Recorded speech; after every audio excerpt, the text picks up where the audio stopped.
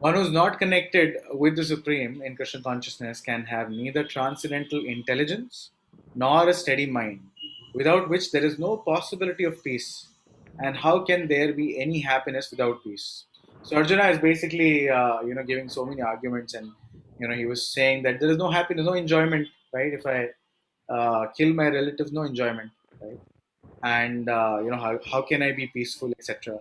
So Krishna is here replying, one who is not connected with Supreme in Krishna consciousness can neither have transcendental intelligence, right, nor a steady mind, without which there is no possibility of peace.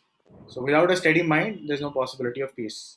So Prabhupada is writing, unless one is in Krishna consciousness, there is no possibility of peace. It is confirmed in the fifth chapter also, 5.29, that when one understands that Krishna is the only enjoyer of all good results or sacrifices and penances, that he is the proprietor of all universal manifestation and he is the real friend of all living entities, then only can one have real peace.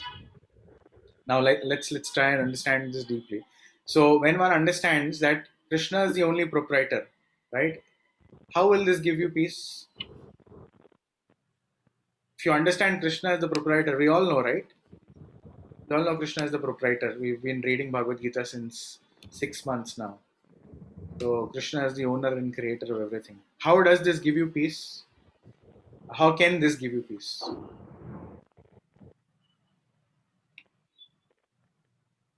Maybe since he controls everything and you surrender to him, you know that it will be whatever in your own good faith or whatever it is. You know that whatever is happening or whatever he does eventually will lead to something good. Yes, very nice. Anything else? Any other thoughts on knowing Krishna as the proprietor? How does that give us peace? Yeah, hi. I think when we are using the term proprietor, because most of the times we are also upset when we lose something, a sense of loss. So, when you think that Krishna is the proprietor or owner of something or creator, then probably if you really strongly believe in this, I think probably even if you lose something, you will not be as perturbed as, generally we are. Mm-hmm. So you've hit the nail on the head, but just little bit more. Something is missing in that. Once missing. Can I say? Yes, please. Yeah, I think Krishna is owner of each and every materialistic thing on this earth, and we can't say this is my property or this is my work or this is my land. Anything, everything is given by Krishna, and if we say that this is mine, then we are the thieves. Without contributing to Krishna, we just say this is we just say this is I own this, then that's not right. Correct. Very nice. Yes, we are thieves. Also, maybe if you could add, given that Krishna is the proprietor, I think it's important for us that we establish a relationship. Only then we will be happy. Perfect. Yes. Right. Prabhuji, can I say? Yes, please. Prabhuji, see, in this 3D material world where we are existing, Sukha and Dukha are a part of this material existence, and any attachments generally create these cycles. The realization and connection to Krishna helps us in detachment from these cycles and gives us peace and tranquility in our life. So I feel ये एक reason हो सकता है Yes. जिससे Yes. So, Prabhuji, you want to share something on this? No, I think most points were covered. So, yes. So when we understand that he's the proprietor, what does it mean to understand that Krishna is the proprietor of everything, all the universal manifestation? Which means that nothing actually belongs to me, right? So I have, like Preeti said, I have nothing to lose. It all already belongs to Krishna. So the devotee's consciousness, right? I remember, there was this disciple of His Holiness Indradumna Swami Maharaj. So this is a Russian disciple. She was there in Russia, and Maharaj he was visiting, the country of Russia and different centers. So she had invited Maharaj to visit her place. and she's a very very simple person. She was a book distributor practically all throughout her life. And Maharaj heard from the local devotees that how she's been doing book distribution, and whatever little she's earning, she's saving that for Maharaj. And actually, when Maharaj went to her house, she saw that she's not even spending on eating or anything. Somehow, by Krishna's arrangement, devotees knew her nature, and they were trying to provide for her. And she was collecting all that Lakshmi and keeping it. She had a Giriraj Shila in her house. She called, I think she was referring to him as Lala or something. So, so she had Giriraj Shila in her house. And then when Maharaj came, Maharaj is her Guru Maharaj, right? He came. So, she offered very nice, water, foodstuffs. And then she pulled out almost like a stack of cash just from right under from the asan where Giriraj Shila was sitting. So she pulled out a stack of cash. It was almost like some $3,500 she had collected over almost 2 years. And she was waiting for Maharaj to come to her place, and then she would give. So she was not even spending on her eating. She was not spending on anything. She had 2 or 3 pairs of clothes. That's it, right? And the locals knew her that every morning she's there in the marketplace, be it summer, winter, snowing, thick snow, she would be there. There were so many people who were envious of her, like some shopkeepers who were envious of her. But over a period of time, looking at her determination to distribute Srila Prabhupada books, they became so impressed by her that they also started inquiring from her. People who were envious, who were planning against her, they also started inquiring from her and became devotees, started chanting just by looking at her dedication. So she was that kind of a personality, and everybody knew in that particular center how she is. And then when she pulled out that stack, and Maharaj said, you don't even have sufficient things in your own house, why are you giving me this? Take this, I don't need this. So she's like, no, no, I've been saving this because you know how to use Krishna, Lakshmi in Krishna's service, so I've been saving this for you. And she had such mood of devotion that even Maharaj, he writes in his transcendental diary that he was so impressed and so happy to see the disciple so spiritually advanced and so attached to Krishna. So I basically read this in one of his articles. So and then he said, okay, fine, take this money and come to Vrindavan, come to Yatra in India to Vrindavan. So she said, no, no, no, Krishna will arrange for me. You take this is for you. So then Maharaj told his disciple, make sure she comes to Yatra, right? And again, the devotees all arranged for her, so she did not have to even spend one penny. And because in general, some devotees, they were not so well-to-do, and for them to travel to India almost for a month, they cannot come down for 5 days, 10 days like that. So to travel for a month, it's very expensive. It was all taken care, because of her, such devotional mood, of course, and Maharaj also personally recognizing that and saying that please, make sure she comes like that. So I mean she and in her house when Krishna was there, sorry, when where Maharaj was there, she was addressing as if the house belongs to the Govardhan Shila, to Krishna, right? She was addressing, oh, this belongs to the Lord, and I'm just serving, I'm just a servant. So that is the mood of a devotee, that he thinks everything. And somebody who has deities in his house, now you have frames of Radha Rasbihari in your house. So Krishna is the king of the house, right? That's the mood of a devotee, that Krishna is the king of the house, and everything has to happen for serving the Lord. Just like in a palace, everyone is serving the king, right? And as per the desire of the king, right? Uh, Things are happening. So similarly, devotee's mood is that Krishna is the proprietor. Every day in the morning, in the temples, devotees read out book scores, right? They read out so many books distributed, so much prasad distributed. So many people start chanting Hare Krishna Mahamantra. It's almost like a report that is read out to the Lord right after Mangalarti. Mangalarti is 4:30 in the morning, And right after that, around around 5:15 or 5 o'clock, 5:15. This is read out as a report because the mood is that, oh, we are servants in your palace. The temple is the palace of the Lord, and we are reporting to you what happened in your house, right? On the previous day.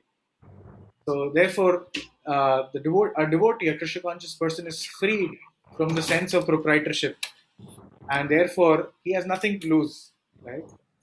It belonged to Krishna anyways, and he knows what to do with it, right? So even if it's not available right now, whatever is available, we'll manage in that. That is a mood. So person is at peace.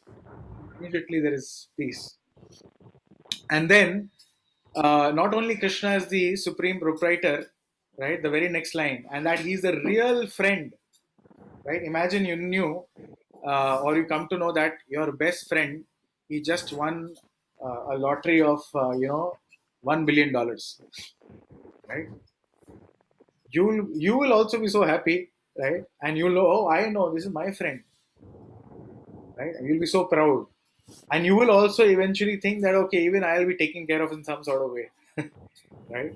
My friend has just become a billionaire. I don't need to worry about small things. I can always approach my friend or maybe a relative for that matter. So not only Krishna is the supreme proprietor, but he's actually our real friend also. Very, very dear friend. Imagine, uh, you know, if you call your friend when you're in need, how many times he will come your, how long he will wait for your be there. Right? If I've given this example earlier, but if you ask your friend to serve you lunch, one day you invite yourself and go to his house or her house, right? They will welcome you and host you for 1 days, 2 days, 10 days, 20 days, 1 month, 2 months. Beyond that, they will say, boss, please now take care of yourself, right? I cannot do this every day. Or how we also appreciate friends when they stand with us in the hour of need, right? But people cannot stand with us 24 by 7 all days of the year, right? Although the intention may be there, but they cannot, right? Or if they actually do stand with you all throughout, then they may be also some sort of, okay, I need a break, I need my space, etc. But Krishna is such a friend, right, that he's always with you and simply waiting for you to turn towards him. Not only he is there in this lifetime, he is there with you for all lifetimes. Whatever body you take, right? If you go to a very dirty place and you call your friend, I'm going here, come along with me. He'll ask you, where are you going? I'm going to this filthy place. Will he come with you? No. Right? Like कि अच्छे जगह जा रहा है, enjoyment करने जा रहा है, I'll come. I'm not interested in this going to this filthy place. Right? Why do you want to go there? He'll discourage you to go there also. Right? So, but Krishna is such a friend, right? That he's always with you. Even when you're in a human body, when you're in an animal's body, when you're in a dog's body, even when you become a worm in the stool, Paramatma is there sitting next to the soul. Right?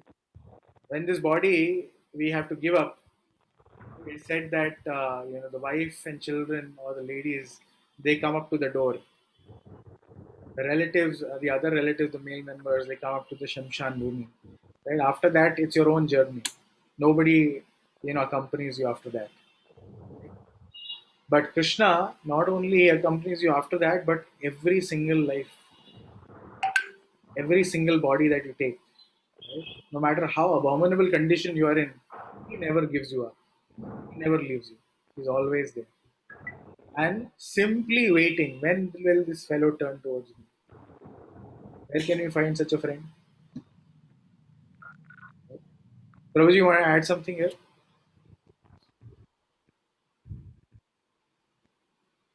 No, Prabhuji, it's just wonderful description of friend. Krishna So, actually making, yeah. yeah. So he's the real friend of all living entities. Then only can one have real peace. When you know that you have such a friend, right? When you जब backing होता है, right? Person says confident, oh, I have this backing. He will proudly and very emphatically say, oh, what are you nonsense? I have this backing. Right? बोलते ना, मेरे पीछे 50 लोग खड़े हैं. Right? So when we know Krishna is standing with us, right? There is a beautiful story, example actually. So there is a person, who I don't remember the full example. I'm sorry, but he was walking in the desert. Somehow he was a devotee and he was walking in the desert, and he was always seeing Krishna's lotus feet along with him, right? And then suddenly there was a storm, sandstorm, and it was the wind was really blowing very very strong. And all this while, this person, he was seeing that there are Krishna's footprints and his footprints. But when the sandstorm happened, this person, he struggled and he somehow managed, and he was noticing where is Krishna, and he saw there is no second pair of footprints. So he felt, "Arey, what is this? अच्छे से जब भोग लगा रहा था, I was doing everything. He was with me. Now there is a sandstorm and he's gone, right?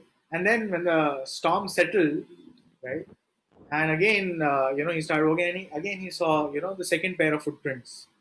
Then he complained, Krishna, what is this? When the storm came, you ran away.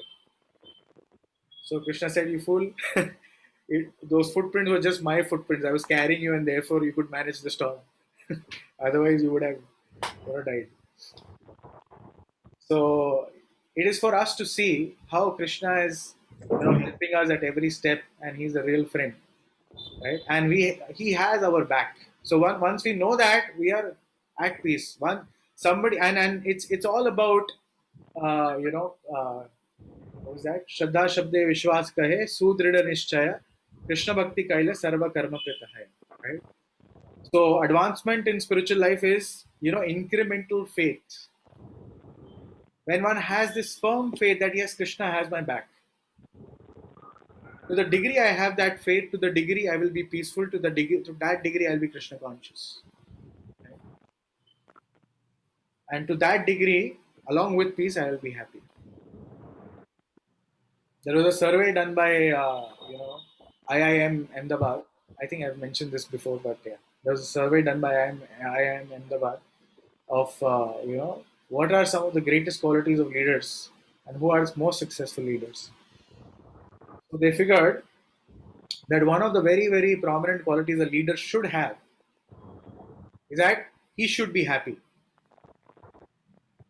Right? He should be joyful or happy. That is one of the most prominent qualities of good leader. Right? If he's happy, he can obviously make people under him happy. If he's miserable, what do you expect others to be? Right? So he needs to be happy, and people are attracted towards happy leaders like that. And they also found during the same research, that devotees of Krishna are really happy. Right? So amongst the most happiest people, devotees of Krishna are really, really happy. Why? Because Krishna is the supreme source of happiness. Right? Anyone getting in connection with Krishna experiences that happiness and bliss. So, right? Proprietor in front of everyone and everything, then one can have steady mind and bring about peace. Right? There's a peace formula. You can have peace once you understand Krishna is your real friend and he's the proprietor of everything. Right? Therefore, one who is engaged without a relationship with Krishna is certainly always distressed and without peace. Imagine, people who have heard of, have seen orphans, right? We can understand what kind of disturbed life they go through because they don't have any shelter. Right?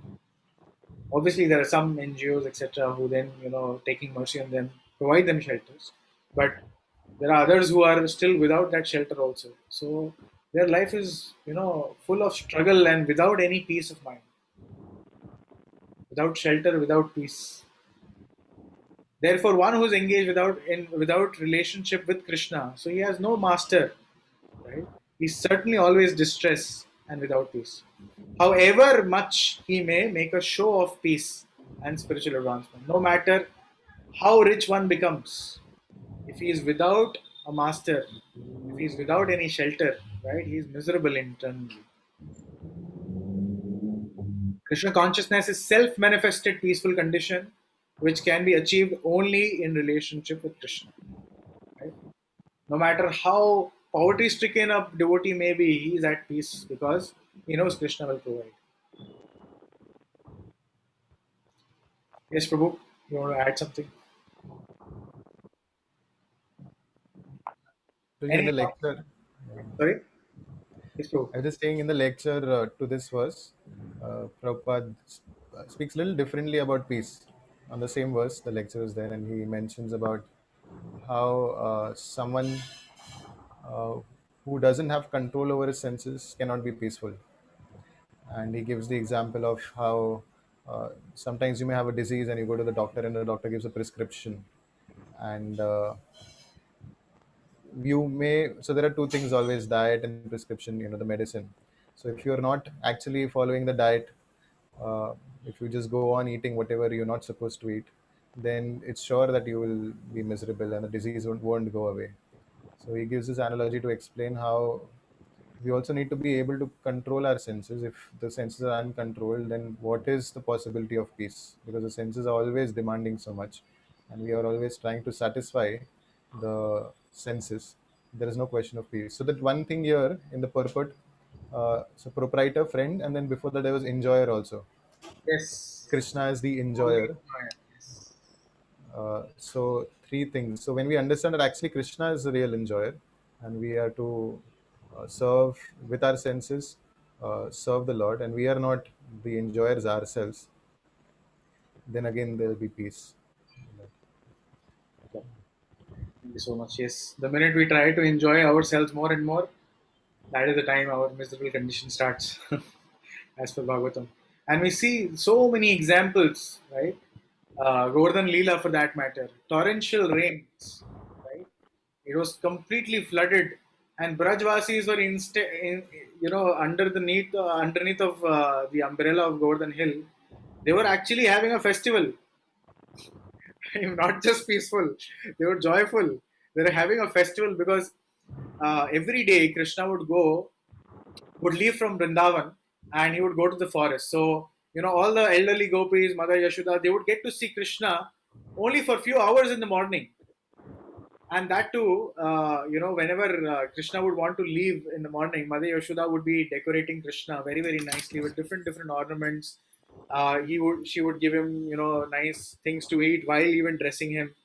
And whenever it was done, and then Krishna was about to leave, Mother said, "Oh, wait, come back. One thing is left." She will, adjust some things, adjust his dhoti, add maybe one more mala, and then again he would try to leave. Oh, wait. She would adjust the peacock feather in his head, and adjust his crown nicely, and then again he would leave and wait, give him more sweets to eat, and so like this it would go on and on and on and on. Whenever Krishna would try to leave, she would call him back again and do something, and ultimately Krishna would have to give her some service. Ki, okay, please do this for me, make some barfi for me, so which would take some hours and hours, so that she can be engaged in service, and Krishna then can go to the forest with his friends. And while this was happening, all the boys would be teasing Krishna, "Oh, you're mama's boy," right? And Krishna would be feeling embarrassed like that. So this is like practically every day that would happen. So usually gopis would just have association of Krishna early in the morning, and the entire day he would be with the boys in the forest. So, and the boys would not see Krishna, during the early morning hours or at the night. Not everyone would be able to see. Even the gopis would not be able to see. Even Nand Maharaj and other elderly covered men would not be able to see Krishna all the time. So no, none of the Brajvasis were able to see Krishna take his darshan all the time. But in this pastime of Govardhan Leela, 7 days, 7 nights, they were simply looking at Krishna, and they were actually having a festival inside, like a party, right? Everything was there inside Govardhan Hill. There is description that how there were nice streams of rivers, and even honey and so many other eatables, nice fruits and roots, and they were all dancing, singing, enjoying all of this, and looking at Krishna. They were just drinking the nectar of Krishna's lotus face, like that. and Krishna was nicely playing flute, and they were all having a nice time, right? So outside it was like it was almost like pralay. They were not caring of what will happen in their houses, etc. They were simply focused on the Lord, and therefore completely peaceful and even joyful.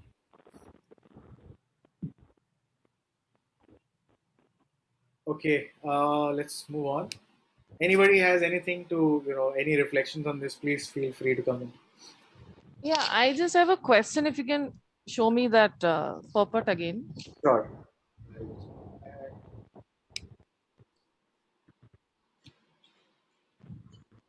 Yeah, so there's this line which says disturbance is due to the want of an ultimate goal. What is this ultimate goal which we are talking about?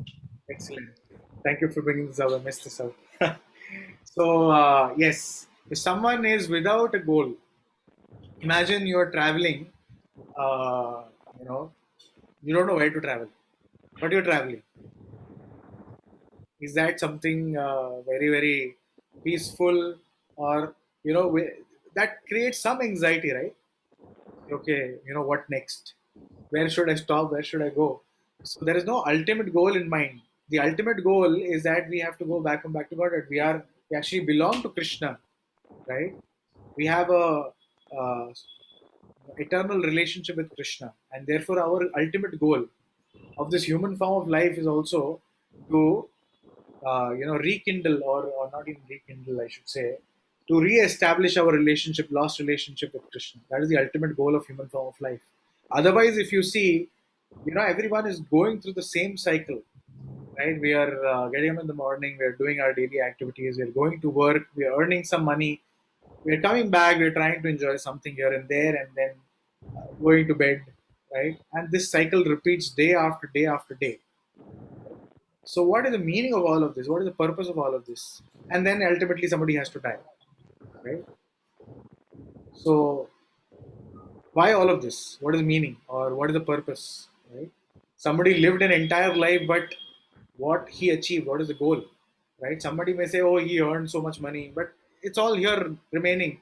He's gone, right? Or he earned so much fame. After 1,000 years, no one will remember, right? If not, if he's like super duper famous, then 1,000 years at best, right? So, what is the purpose of human form of life? The ultimate goal is to re-establish our relationship with Krishna and go back and back to God, because that is the we belong to the spiritual world. We actually belong. We are part and parcel of Krishna. So when somebody doesn't have this ultimate goal, he's running after, oh, if I achieve this, then I'll be happy. And he struggles so hard to, get there. And when he gets there, he realizes it's not fulfilling his heart.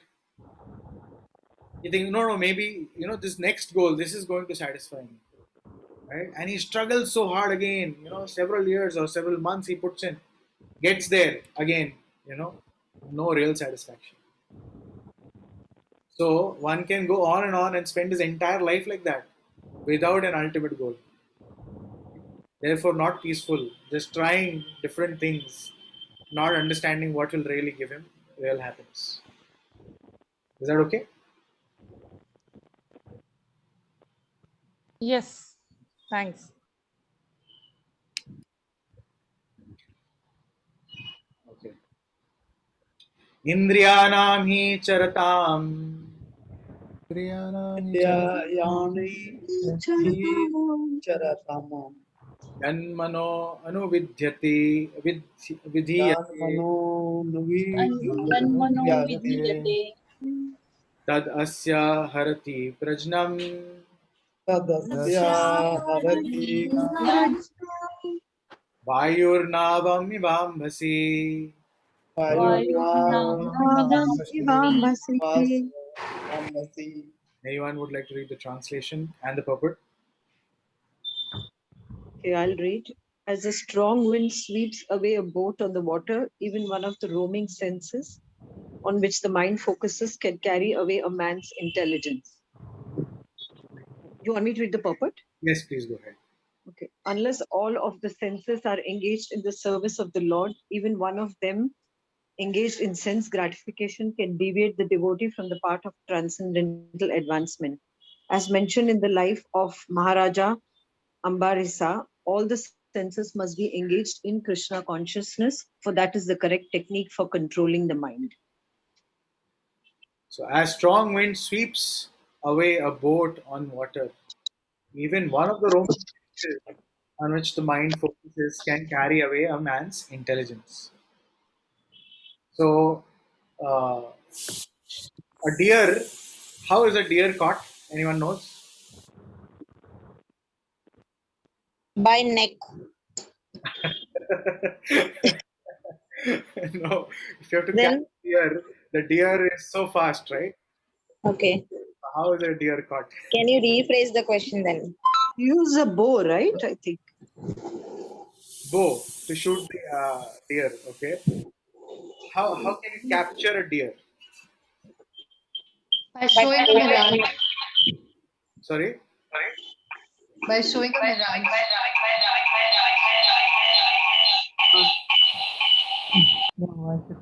Okay. Smell of Couldn't understand that. Anyone? How is a Give deer? us some hint. Sorry. Give us some hint. Okay, I'll maybe change the example and then probably we'll come to this deer example again. How is a fish caught? Giving it Well, the food it likes. Put what is that called? By the bait. Yes, Bait. there is a bait which is attached to the hook, right? And how is it caught? Why is it caught? Rather, how does it get caught in that? First, she's given food, that and is then spread out, na? food is attached to that Gets string. tempted to the food. It's trapped. It's getting trapped. It So, smells the food and then it comes to eat. correct. So, basically, the fishes, they are always doing this, right? And they're trying to eat. So that sense is very strong, and likewise they cannot understand that there is a hook attached to the food there, and they try to eat it, and they get caught, right? Because of one of the senses, they get caught, right? Similarly, when you have to, what is the other example, Parthipriya Bro? For the fish, there is this net for the sorry, Elephant is there. elephant is there. Yes, how is an elephant caught? There's the moth, fire, that Yes, one. moth is fire. All three Elephant. senses. Elephant. How is an elephant captured? Anyone?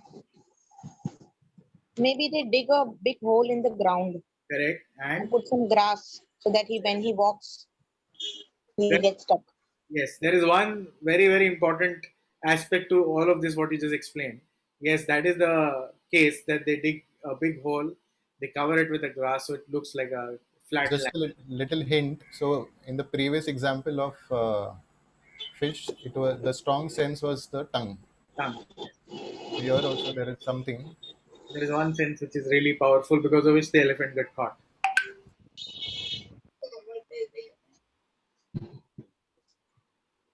Movement. No, This Is it the trunk? no. The hunger. The hunger. Sight of it. No. Okay, so what they do? he's not conscious.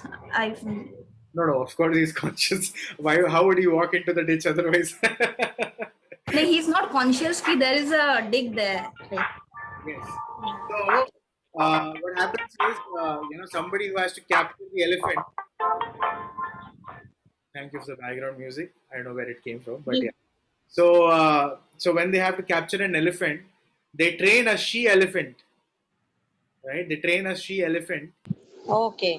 The she elephant lures the elephant, on a path, and she very tactfully avoids the ditch while the elephant walks straight into the ditch. Very bad. What about the deer? Yes, I'll come to that. Yeah. So that's how an Spell, elephant na? is captured. The deer is captured by a very nice music, right? It plays nice. Sorry, sense of smell, right? Sense of smell is also there, and music is also there. I feel there is Hearing, yeah. here Ears. by hearing us. Ears, yeah, deer is here. Music. So you play a very nice music, the deers will be attracted. like that. So deer gets attracted, and sometimes they're caught. People who want to capture them, they are caught into the nets just by this music, right? The for the moth, it cannot control itself, seeing the glowing effulgence of the fire. It's so attracted, it actually enters into fire and gets burned.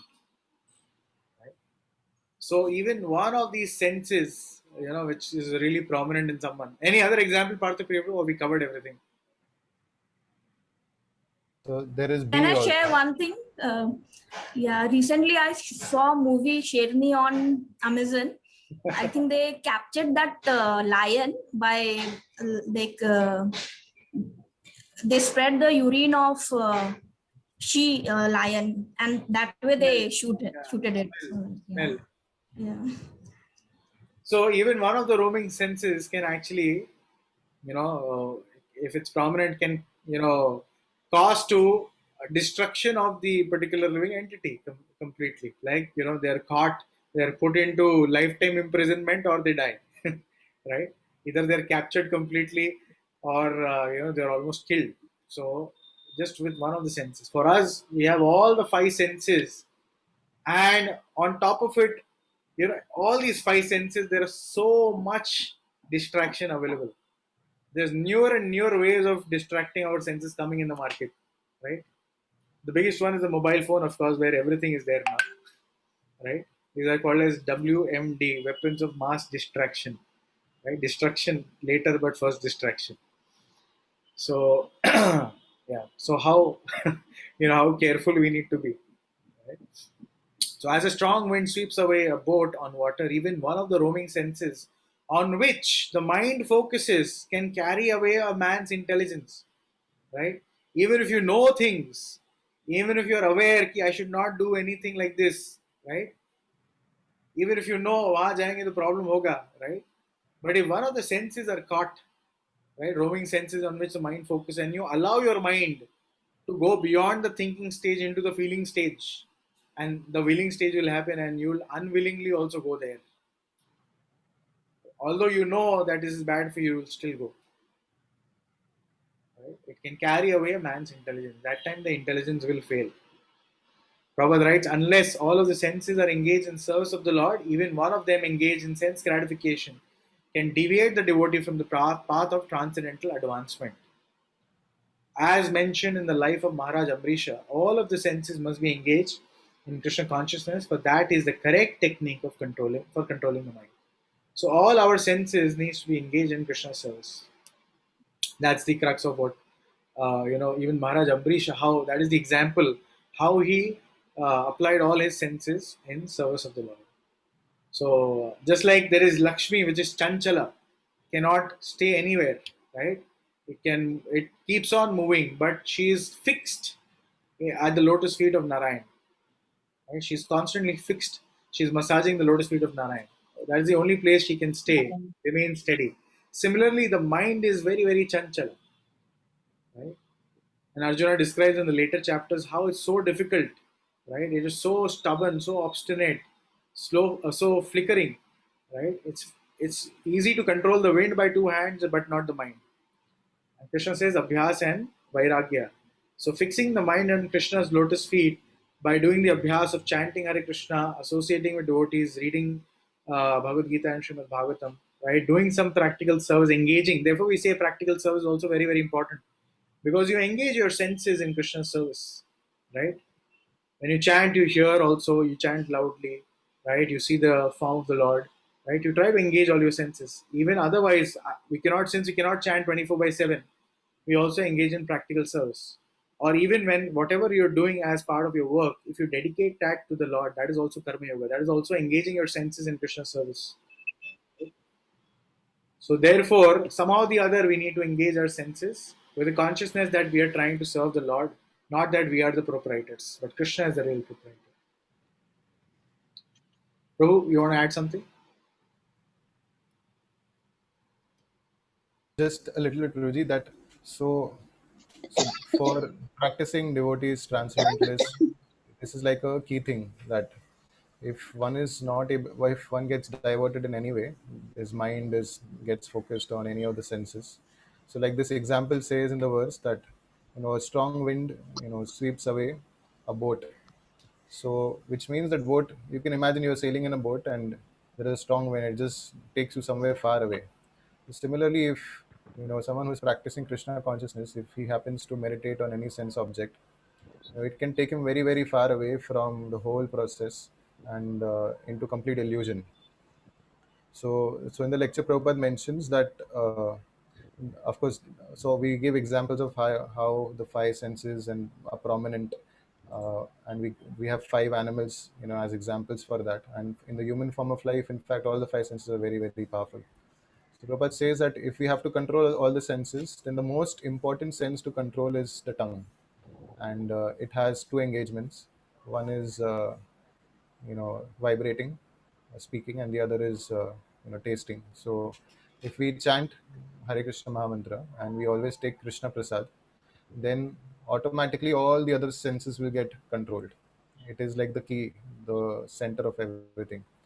And if we are not able to control the tongue by using it in these two ways effectively, by chanting and by taking only Krishna Prasad, then it's so I'll actually read what he says. He says you will never be able to control the other senses. This is exactly what he said. Never be able to control the other senses. So this is how important actually it is to control just the tongue. Where it said that it's one of the most voracious senses, the tongue. So in one sense, we have that clue at least what we need to work on. Yes. So Sri Chaitanya Mahaprabhu has made that process so sweet that one can sing the glories of the Lord as kirtan, one can chant the Hare Krishna Mahamantra, one can talk and discuss Krishna Katha, which is again so sweet and nectarian, right? And one can taste the delicious sweet nectarian Krishna Prasad, right? So Chaitanya Mahaprabhu has come and made it so simple for us, frankly, right? I hope everyone takes the nectar of Krishna Prasad and also hopefully are tasting the nectar of Krishna's holy name, right? I just got some Krishna Prasad right now. Okay, I just spoke of it and Harsha just got it. The prasad was too good. It was just too good. What has come. Okay, yeah. So yes, so Mahaprabhu has. I have a small question. Yes, please. I don't know if it's relevant to this topic. Yes, please. I have in mind that, see, when you say when we chant, we must keep chanting, eat prasad and all. What about 24 hours in a day? Yes. Is it practical for everyone to do that? And if So it's not, what happens? Yeah. That's why I said we are all Kali Yuga Jivas, right? So when actually in the beginning, Srila Prabhupada's spiritual master, Srila Bhakti Siddhanta Saraswati Thakur, right? During his time, the minimum number of fixed rounds somebody would chant after initiation was 64 rounds. Not 16, 64 rounds. That would easily take 8 hours, right? So, but when Srila Prabhupada, he went to the West and he introduced 64 rounds, nobody could do it, right? Then he said, okay, fine, chant 32 rounds. Still, people were struggling. So they went to Prabhupada, the disciples went to Prabhupada. It's very difficult, right? So Prabhupada said mercifully, okay, 16 and no less, right? So you chant 2 hours, right? Here, Srimad Bhagavatam and Bhagavad Gita in the morning and the evening. And during the daytime, go out and preach or do some practical service. So, in Kali Yuga, we are unable to do a chant 24/7 like Haridas Thakur. Haridas Thakur used to chant 192 rounds, right? Which is almost, if you calculate 24 hours, right? Practically 24 hours, right? So therefore he's known as Namacharya Haridas Thakur, right? He's a Namacharya, but we cannot imitate him. We cannot, chant like that. So for us, because our minds are not under our control, so till such time, you can chant and do some practical service. When the senses are engaged, right? The whole chariot model from Bhagavad Gita, right? 5 senses are the horses, the reins, right? The lagam is the mind, and the intelligence is the driver, and the soul is the passenger, and the whole chariot is your body. So when the When all the five senses are running in the same direction, focusing on the Lord, right, the mind is automatically controlled. So therefore, by the example of Ambrish Maharaj, right, Ambrish Maharaj engaged his legs in walking to the temple, his hands in cleaning the temple, his eyes in taking darshan of the Lord, his body in touching, the Lord's form and the devotees' bodies as well, his speech in chanting the glories of the Lord and discussing Krishna Katha, right? His ears in hearing about the pastimes of the Lord. So there is so much variety, right? It's not just you only sit and chant. If you can do that, that's great, right? And as a minimum, somebody who's really really serious in Krishna consciousness, someone who wants to advance, should at least come up to the level of chanting the 16 rounds of Hare Krishna Mahamantra, which takes about 2 hours, right? But you can progressively move there. As and when you chant nicely, the more and more you'll feel like chanting more. That is the result of chanting, actually. So, yeah, but apart from that, we have many other engagements. You can use your mind, intelligence, skills, everything in service of Krishna. There is a devotee, his name was Vibhu Chaitanya Prabhu. So he was serving in Vrindavan temple, Krishna Balram temple. So he left his body a few years ago. So he used to, non-stop from morning till evening, cook bhoga in the DT kitchen. So temple has DT kitchen where they would cook offerings for. So there are six set of DTs, not six actually, eight set of DTs there. There is Radha Sham Sundar, which is Radharani and Krishna, and there is Lalita and Vishakha. Of course, there is Giriraj Shilas also. Then there is Krishna and Balram, and then there is Gaur and Nitai.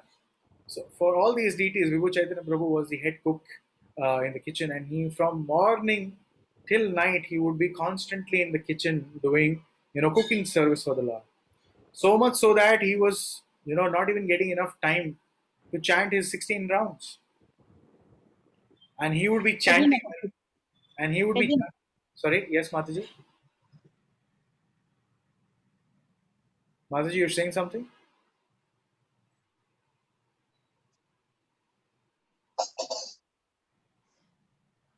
Okay. So he would be chanting from morning till from morning till night. He would be cooking. So he was struggling, to you barely managing to finish his 16 rounds. So he decided, okay, I should also chant while cooking, right? So then he started like that, and some devotees complained, Prabhupada was there that time. Prabhupada, he's chanting and he's also cooking at the same time. So Prabhupada said it's okay. He's constantly engaged in Krishna's service. That's his perfection, right? So if you can be engaged in Krishna, that is chanting is also service. Doing practical service is also service. So he said, if he's engaged in Krishna service, it's fine, right? So we have chanting, which is really the crux of everything that we do. Plus we have practical service also. And chanting is nothing but asking, Srimati Radharani, the energy of the Lord. Oh Hare, right? We say Hare Krishna. So Oh Hara, Hara is the name of Srimati Radharani. And when you address it, it's called Hare. When we address Radharani, we address it, Oh Hare, please engage me in Krishna's service. That is actually one of the prominent meanings of the Hare Krishna Mahamantra. That Oh energy of the Lord, right? Oh Hara, please engage me in service of the Lord, Krishna. We are begging for service. So obviously we should do some practical service as well.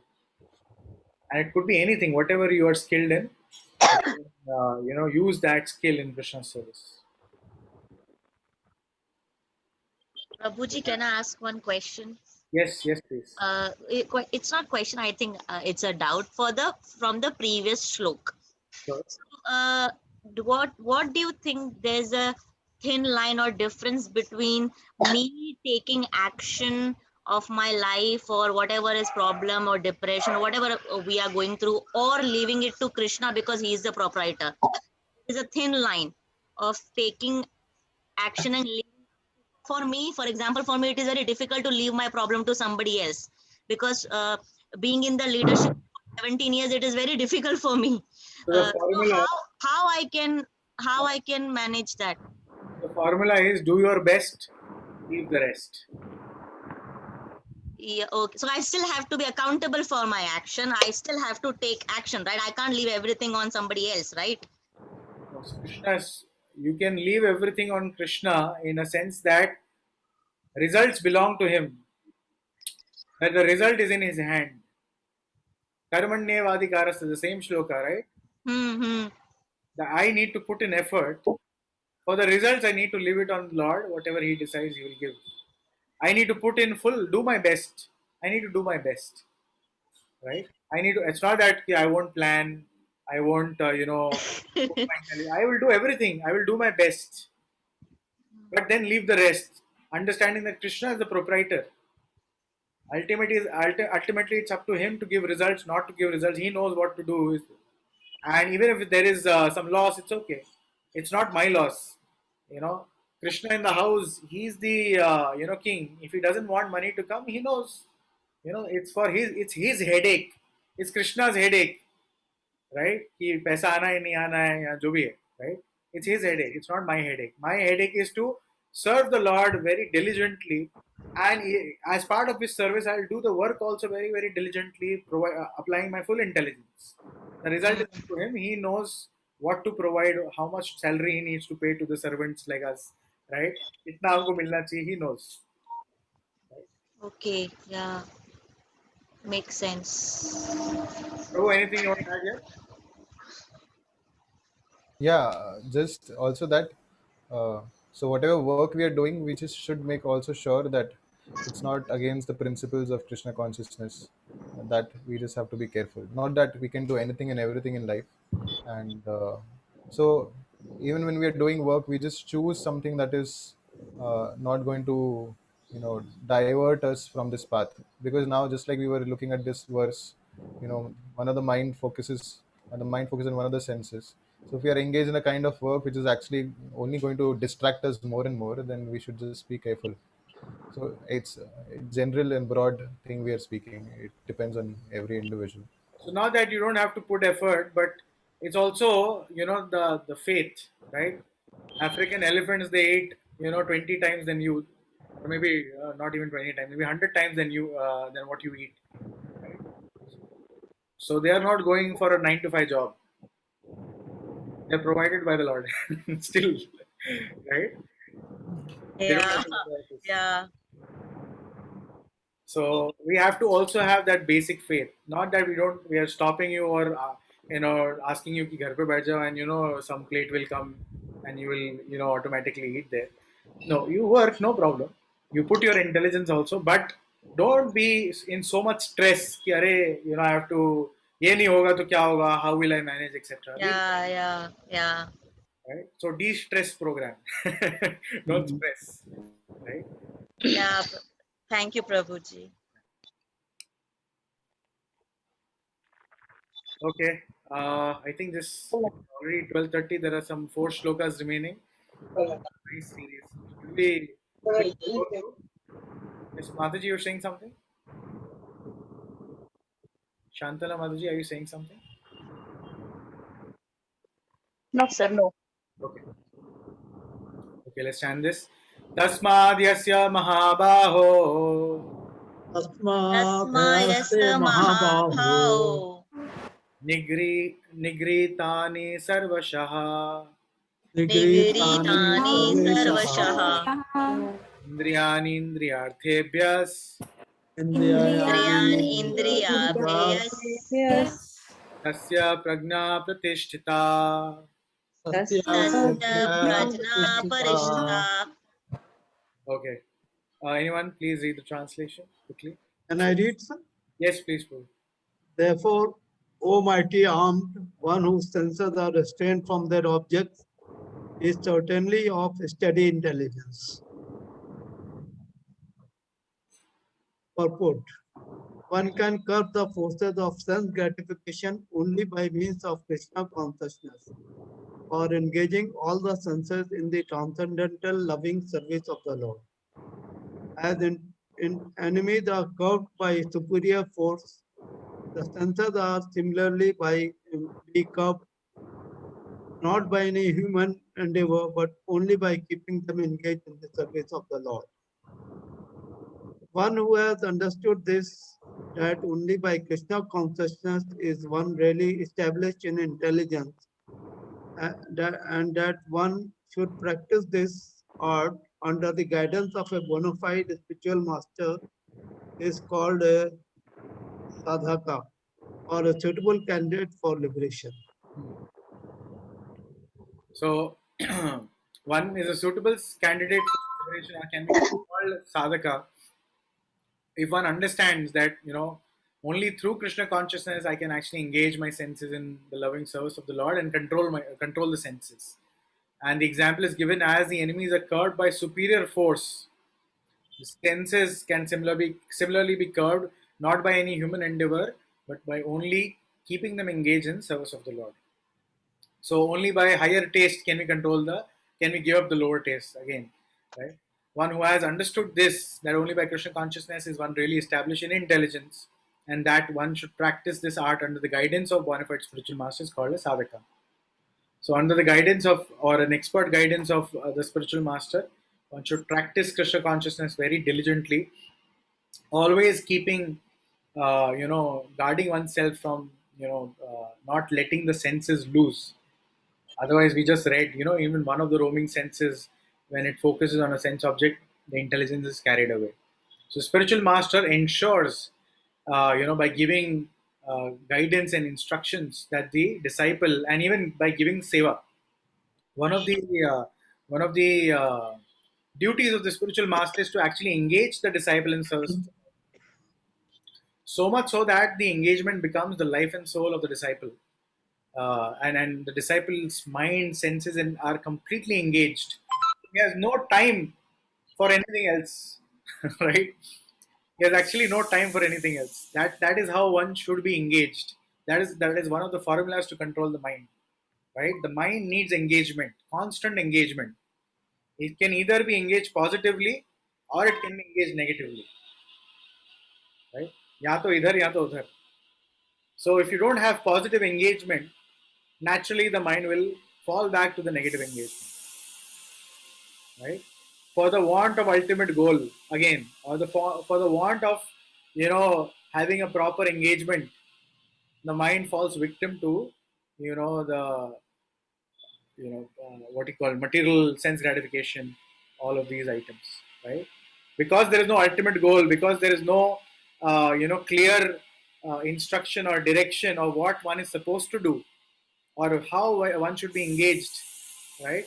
We fall victim to other things. So it's one of the duties of spiritual master to spiritually engage the disciple, right? And therefore, there are unlimited services in ISKCON, right? One simply has to say a yes, and there is a, whole list of services available. And it's not that you have to be, there in the temple and only do something.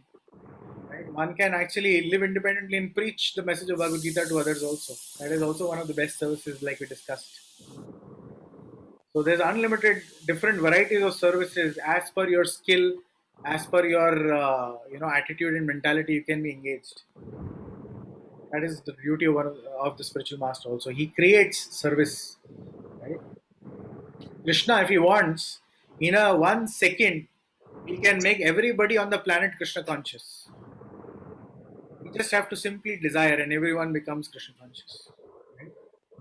But if that happens, what will be left for us to serve?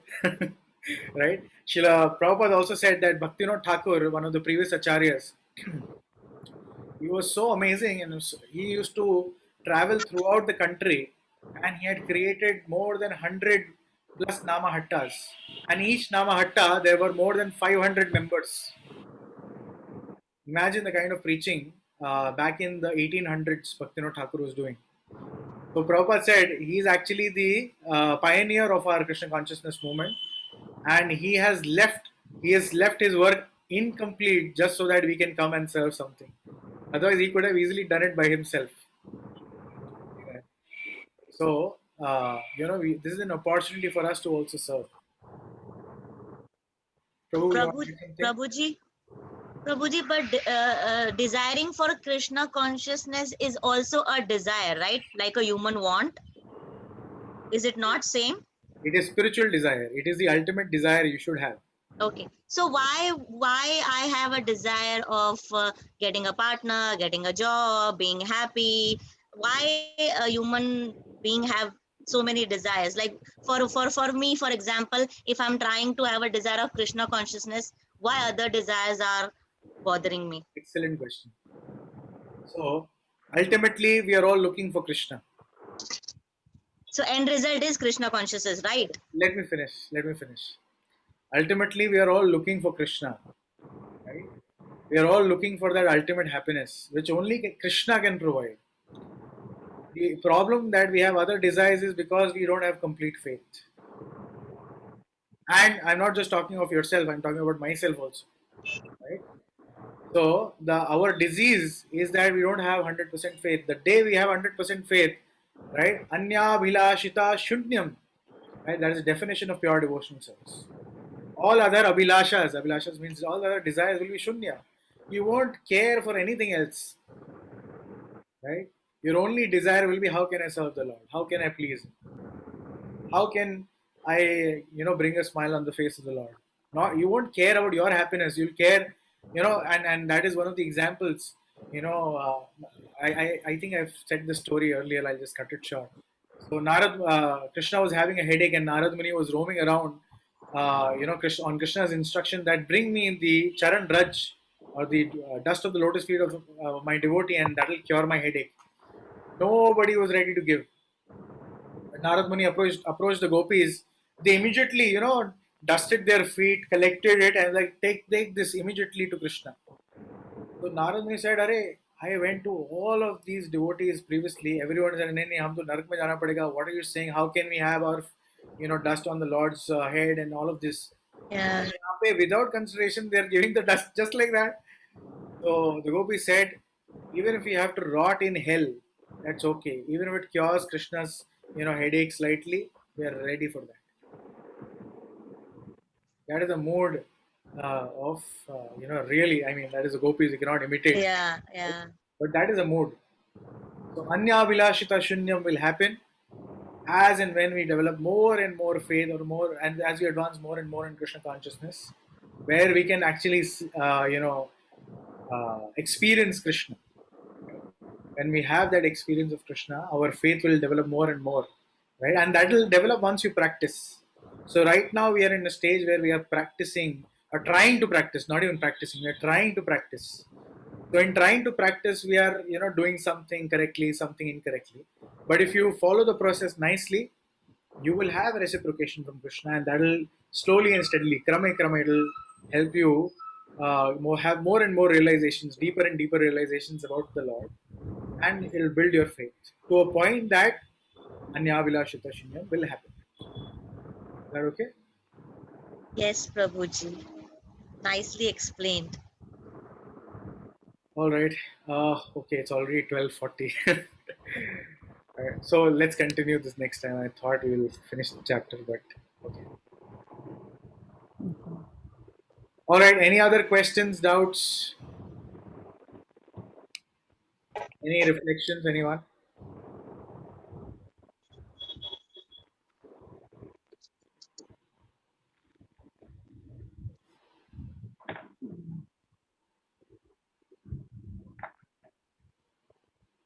Any reflections? Anything felt was sensible and you think you can apply in your life, or any doubts? May I ask you, please? Yes. Yes. You said sometimes mind here, mind there. So we know what we should be doing, but we'll end up doing something else. Can you please explain a little more on this? So Krishna was describing how even one of the roaming senses can carry away our intelligence. So one has to guard oneself and therefore engage oneself in the activities of Krishna consciousness. And it's not that we can win this battle on our own. Maya is so strong. I think I've given this example earlier again, but Maya is just like an ocean, and we are that grain of sand which is on the beach, right? Even one drop is, or you've seen ants, right? I used to do this evil thing in my childhood. I would whenever I would see an ant, I would try to take a drop and put it on the ant, and the ant would be drowned. I would be like you're trying to get out of it. That was pretty evil, but yeah. So yeah, so one drop is enough. We are like that insect. One drop of Maya is enough for us. We'll be drowning inside. So by our own strength, it is impossible to get out. Right? We will fall victims or prey to the traps of Maya again and again. But one who's tightly holding Krishna's lotus feet and praying, Krishna, please save. For him, the ocean, like we studied, gets reduced to the amount of water held in the hoof print of a calf. How tightly we hold Krishna's lotus, and one should not be disheartened, or one should think, "Arey, I am so nonsense," and try to blame oneself so much. How can I do this? Because it is not very surprising if you fall victim to Maya. It is not very surprising. Big people, they've fallen victim to Maya. Big people, right? It is surprising that you survive. It is rare if you survive. Right? So don't beat yourself. Arey, how can I did this? My God, no. Pick up yourself again, right? No matter. Okay, fine. You had a fall down, no problem. Get up right now and continue your Krishna consciousness, because it's going to happen. Mishaps will happen. In a war, you'll be hit with bullets. Against Maya, you'll be hit with bullets. You'll bleed also, but get up and fight more, right? And you'll be victorious. You'll be given a medal, right? Thank you. So one need not be Thank you. disheartened. Yeah? This process is such that we have to pick ourselves again and again. Every day you fall, every day you pick up yourself. Krishna, seeing your struggle, that so much impediments, right? So much allurement. Still, this person is continuing, and then he will, just flood you with his ocean of mercy, and immediately you suddenly will advance so much you won't even realize how that happened. Right? We need to attract Krishna's mercy like that by perseverance. Even though I fail, I will get up and still do it. Right? Hope. Even Said Krishna likes strugglers, right? yes, Say yes. that. He always say that. He likes strugglers. So when he sees that, oh, you're struggling, just like the story of the sparrow, right? Ocean had taken the eggs, right? And the sparrow said, "Please give me my eggs, otherwise I'll dry you." And Ocean started laughing. Arey, chota sa sparrow is giving me dhamki that it'll dry me up. Impossible, right? So he started laughing. The sparrow started putting effort, one drop at a time in his beak, putting it on the other side. And the ocean had a bigger laugh. What foolish thing. But then, it went on and on and on, struggling. And then the news reached Garuda, king of birds, that this bird is trying to get its eggs back from the ocean, and like this, persevering in face of hopelessness, still pursuing. Yeah. Persevering. And then Garuda decided and spoke to the ocean. If you don't return the eggs, I will start helping. And immediately the ocean knew if Garuda wants soup, it can dry the entire ocean. So it returned the eggs.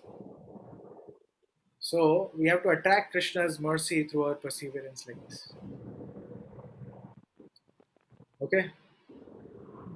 Just one thing, Ruji, was reading Prabhupada lecture, so he was mentioning this human form of life is like tapasya. It is meant for tapasya. So our senses will always dictate and say that, okay, I want this, I want to be satisfied in this way. So, so, so Prabhupada says that the spiritual master and the scriptures say don't do this. So we must try and follow that. Okay, we don't have to do it. We do not have to always give in to the demands of the senses, and that is called Goswami. Goswami is like one who is, Go means senses and Swami means the master of senses. So our goal is to try and become like that. It's not just the outward dress that one is a Goswami by just wearing a dress of a sadhu. Rather, all devotees are expected to be like that, to have control over their senses. So in the present state, it's the other way around. We are like Godas, which means we are servant of the senses. Whatever senses says, we give into it. So that should not happen. So both things are there. We have to be very, very careful, and we should understand human form of life is meant for tapasya. It is meant to restrain ourselves, even though the senses may demand so many things. And at the same time, there will be, fall downs. So we keep, as Prabhuji was nicely explaining, that we just get up every time we get up. Every time we fall, every time we get up, and we just keep going ahead and ahead. And that example of the military warrior is just so apt. So Krishna is there no matter how many times we fall. Uh, at the same time, it becomes our responsibility also to understand and try and follow the instructions of the spiritual master and scriptures, in our best capacity.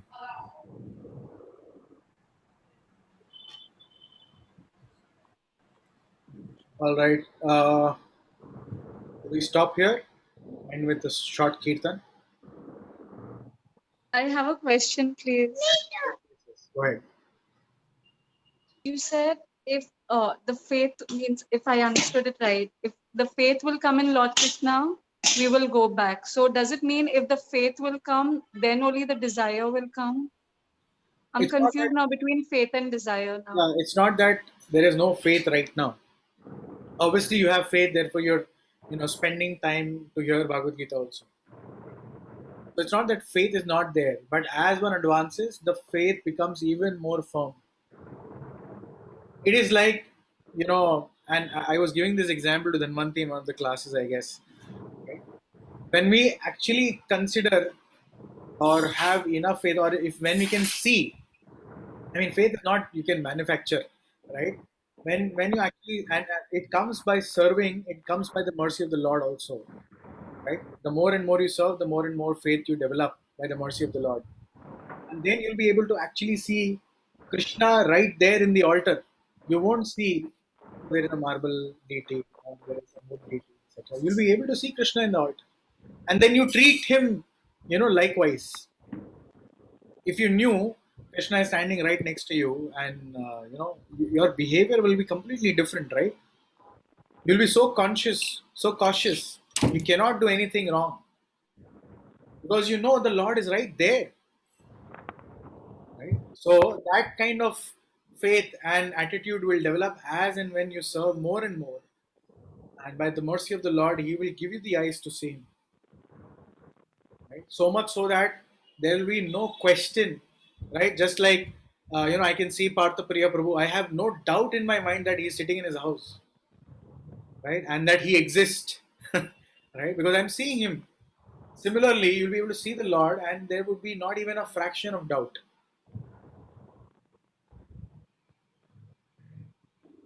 And obviously, there won't be a question of not having faith at that point. Yeah.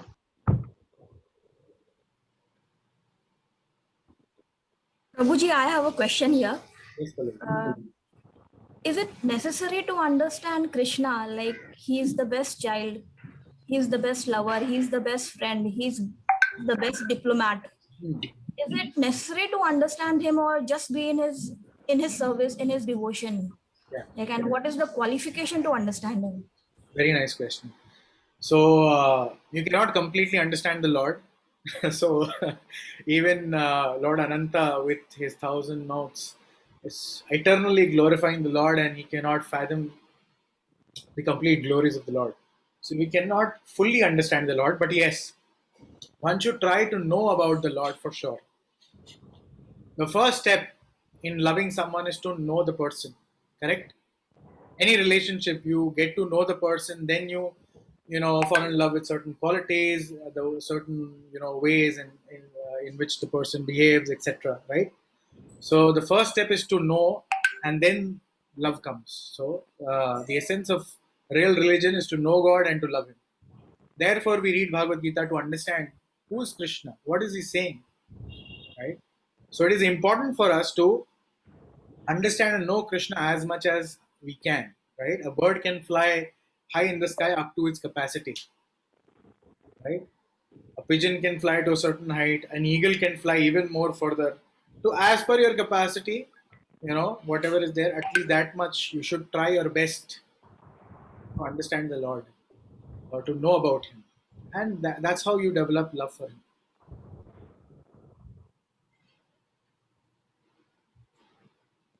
Is that okay, Pallavi? Yes, Prabhuji. I see there is Reshma Mataji. Mataji, are you here for the first time? Yeah. Yes, hello. Yes. Yeah, I'm here for first time. Okay. How you got to know about the class? Pallavi, is she your friend? Yeah, I am Pallavi's friend. Hello.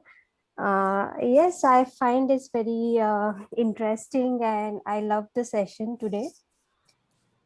Great.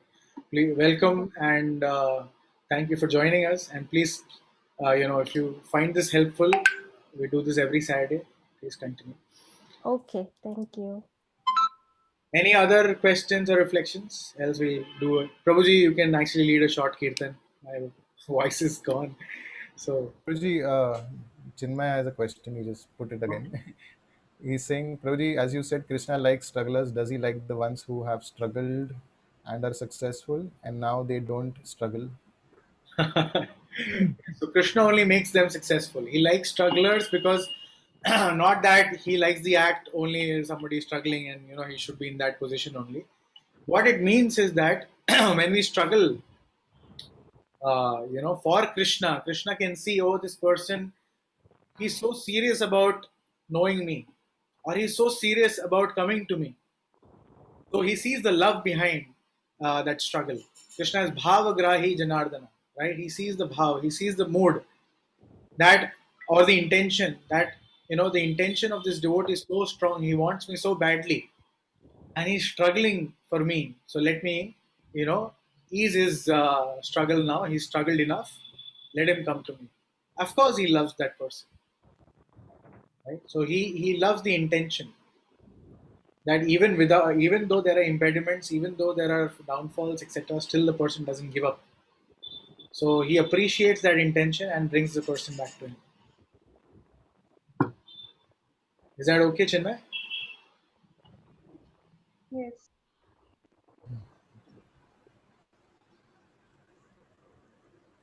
All right, so we'll stop here. Prabhuji, a quick kirtan, and then we'll end the class.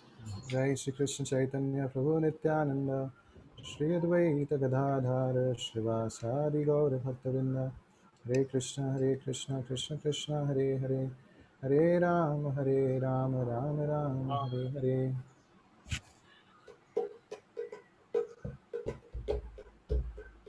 Hare Krishna Krishna Krishna Hare Hare Hare Rama Rama Rama Hare Hare. Hare Krishna Krishna Krishna Krishna Krishna Hare Hare Hare Rama Rama Rama Hare Hare. Hare Krishna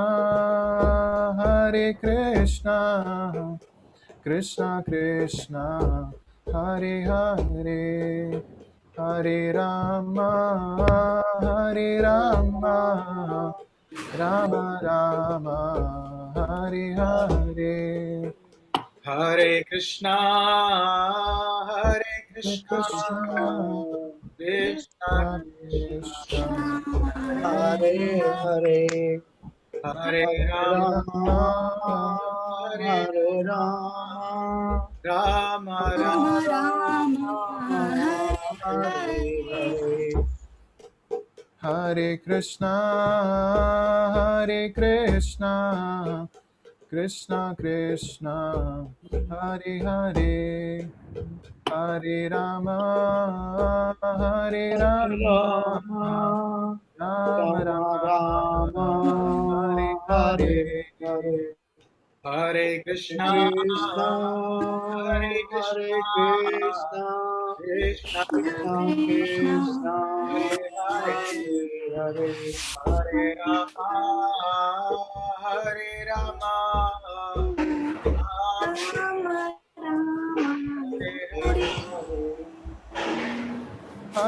Krishna, Hare Krishna, Krishna Krishna, Hare Hare, Hare Rama, Hare Rama, Rama Rama, Hare Hare. Hare Krishna, Hare Krishna, Krishna Krishna, Hare Hare, Hare Hare Rama, Rama, Hare Hare Rama, Rama, Rama Rama, Hare Hare. Hare Krishna, Hare Krishna, Krishna Krishna, Hare Hare, Hare Rama, Hare Rama, Rama Rama, Hare Hare.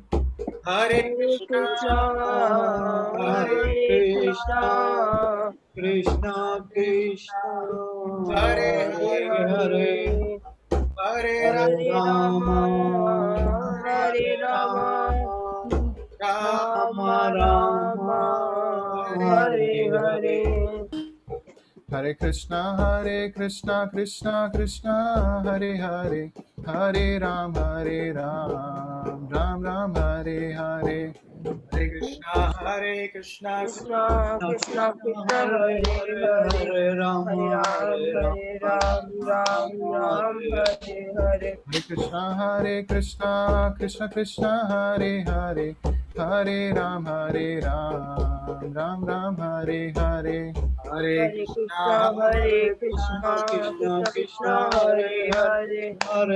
Ram, Hare Hare Ram, Ram, Ram Ram Ram, Hare Hare Hare. Hare. Hare Krishna, Krishna Krishna, Hare Hare, Hare Ram, Ram Ram, Hare Hare. Hare Hare Krishna, Krishna, Krishna, Hare Hare Krishna, Krishna, Krishna Krishna Krishna, Krishna, Hare Hare Hare, Hare, Hare Rama, Hare Ram, Hare Hare Ram, Ram, Ram Ram Ram, Ram, Hare Hare Hare. Hare. Hare Krishna, Krishna Krishna, Hare Hare, Hare Ram, Ram Ram, Hare Hare. Hare Krishna, Hare Krishna, Krishna Krishna, Hare Hare, Hare Hare, Hare Ram, Hare Ram, Ram Hare Ram, Hare Ram Ram, Hare Hare. Hare Krishna, Krishna Krishna Krishna, Krishna, Hare Hare Hare, Hare, Hare Hare Rama, Rama, Hare Hare Rama, Rama, Rama Rama Rama, Rama, Hare Hare Hare. Hare. Hare Krishna, Hare Hare Hare Krishna, Krishna, Krishna Krishna, Hare Hare, Hare Rama, Rama, Hare Hare Rama, Rama, Rama Rama, Hare Hare Hare. Hare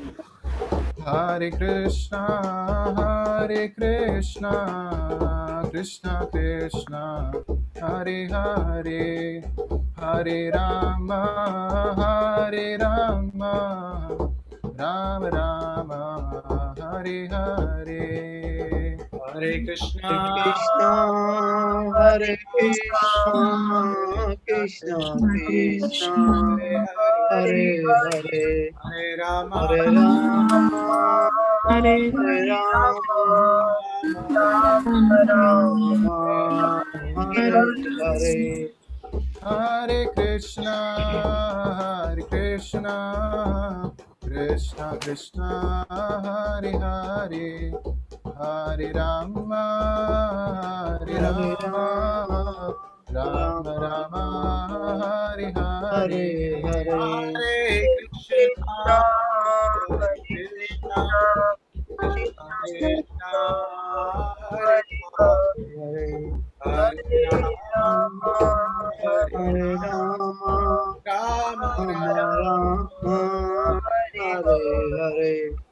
Hare Krishna, Krishna Krishna, Hare Hare, Hare Rama, Hare Rama, Rama Rama Rama, Hare Rama, Hare. Hare Hare. Hare Krishna, Krishna, Krishna, Hare Hare, Hare Rama, Hare Rama, Rama, Hare Hare. Shri Ram Sankirtan ki jai, Srila Prabhupada ki jai. Hare Krishna. Hare Krishna. Hare Krishna. Hare Krishna. Thank you, everyone. Hare Krishna. Thank you, Hare Prabhu. Krishna. Hare Krishna. Thank you. Hare Krishna, Hare Krishna. Thank you.